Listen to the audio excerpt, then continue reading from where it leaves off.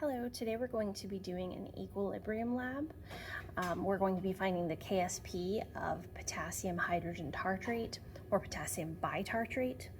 The first thing we have to do is make a saturated solution. So the first step, and you want to do this ahead of time, like one day in advance, you want to add an excess of the solid potassium bitartrate to your beaker.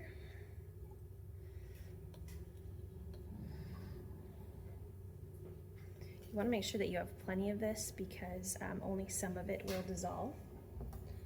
And then you want to add some deionized water. And again, it doesn't really matter exactly how much you're using because we're going to dissolve some of it in this deionized water, but not all of it will dissolve. So I put about 60 milliliters of deionized water in there. And then what I'm going to do is, there's a magnetic stir bar inside. I'm going to turn on the stirrer on low, and we're going to let this run for about 20 minutes to make sure as much as can dissolve has dissolved.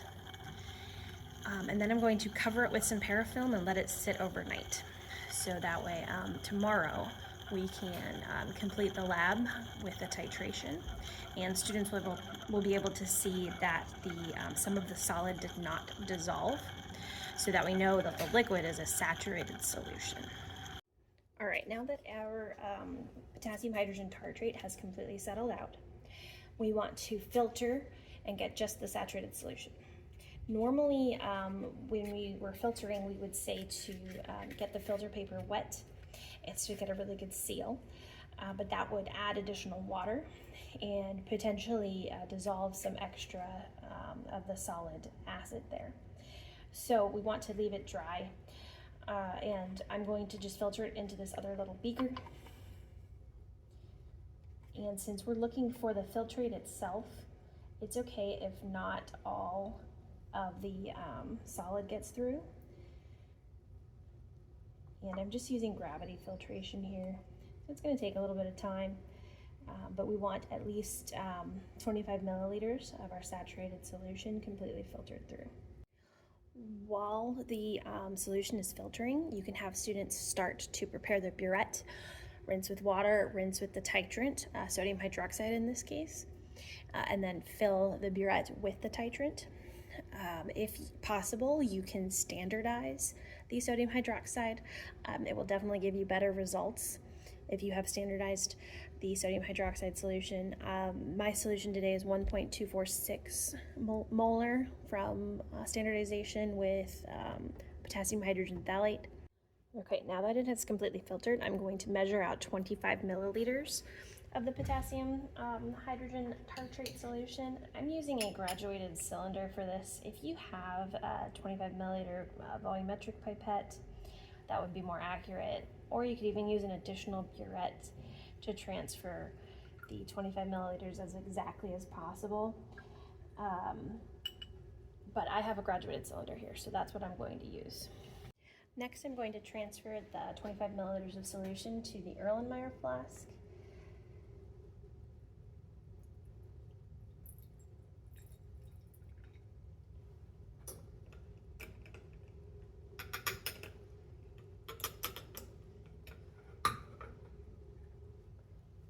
And then I will add about 3 drops of phenolphthalein is going to be our indicator today because this is a weak acid, strong base titration.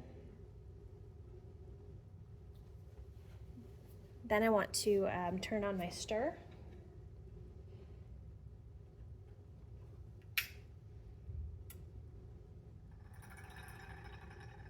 Just really low, you don't want it to be splashing the sides. And that way we are ready to begin our titration.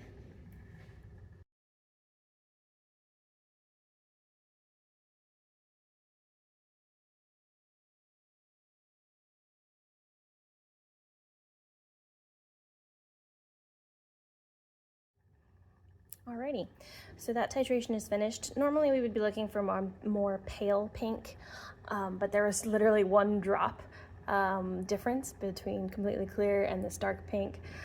So I tell my students that's pretty good. And so now we can read the change in volume on the burette. Remind your students that it doesn't have to start at 0, as long as they note the initial value and the final value, and then they can find the difference for their titrations. Okay, so let's take a look at our titration calculations first. The hydrogen tartrate, I'm just using T as an abbreviation for the tartrate part of that. So this is like the bitartrate ion. Reacts with the sodium hydroxide to form this titrate ion and H2O. This is just a simplified way of expressing it, showing that one-to-one relationship for your acid-base titration. Then it took, in our titration, it took 1.35 milliliters of the sodium hydroxide to get it to that pink color. That's the same as 0.00135 liters. And the standardized molarity of that sodium hydroxide was 1.246. Liters times molarity gives us moles.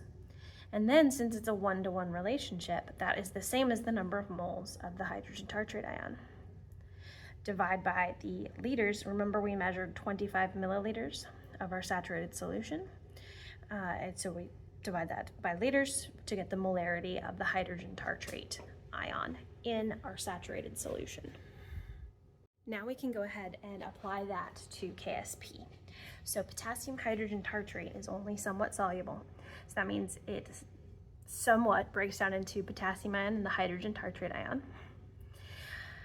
From there, we can assume that anytime you have KSP, looking at an ice chart, if we're starting with the solid, we don't have any in solution yet, but when it dissolves, it increases, and it increases in a one-to-one relationship. So they will have the same molarity if you're just having a saturated solution of this one substance. Now in our titration, we found that the molarity of the HT minus was 0.0673 molar, and so that means our potassium is 0.073 molar, sorry, 0.0673 molar as well. From there, we can write our KSP expression. KSP is equal to the products multiplied, and we don't include the reactants because it's a solid. And so then when we plug it in, KSP is equal to the 0.0673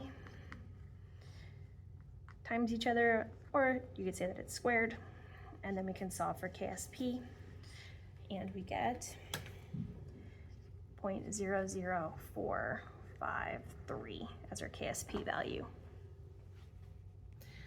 Now the published value for KSP at 25 degrees Celsius for potassium hydrogen tartrate is 0.00101.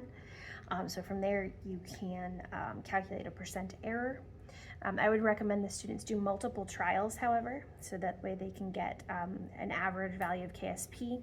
You could also have students work in groups, and then each group share their experimental value and find a class average, and then find the percent error. You'll tend to have a little bit better results that way, especially when you're dealing with the higher concentrations of sodium hydroxide.